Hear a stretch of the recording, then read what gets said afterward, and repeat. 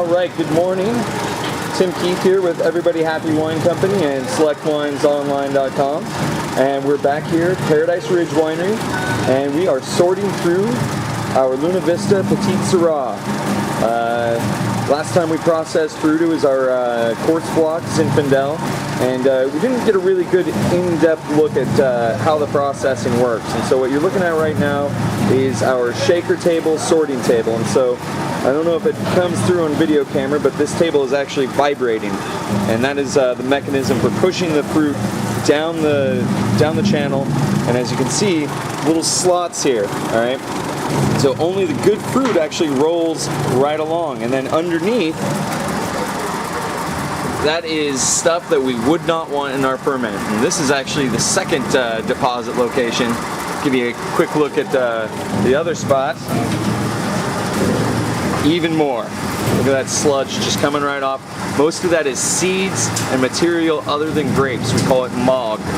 And so what we'll do actually is let this sludge basically come down the line, and we'll scrape it along this surface here. And what ends up happening is all the clean juice actually gets deposited beneath, and then we collect that, and that's what we'll make our rosé from. So, another close look. Gorgeous fruit. I mean, we barely even have to sort through this. All we end up really taking out are little jacks like that. Every once in a while you'll find a leaf. Every once in a while you might find a spider.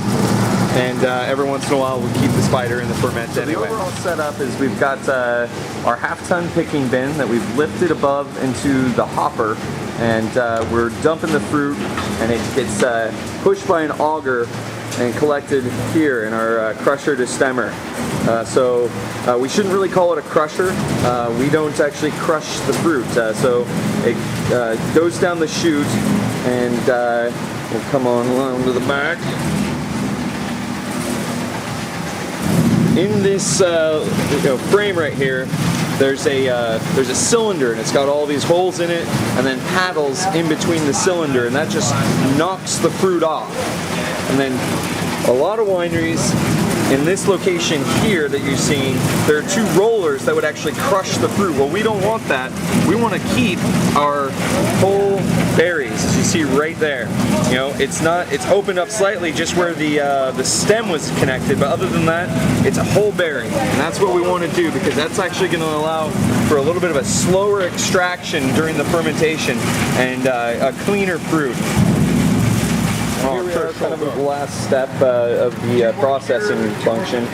We've got grapes being deposited back into a half-ton picking bin. And from here, we're actually going to go back into cold storage to start our cold soaking process. And then tomorrow, we'll actually dump these grapes right into one of the chilled tanks and continue our cold soaking process. There you got Rick Keith pouring some of that juice into a French oak barrel. We will ferment our rosé in French oak, and just gives us a little bit more flavor, a little bit more texture to our rosé.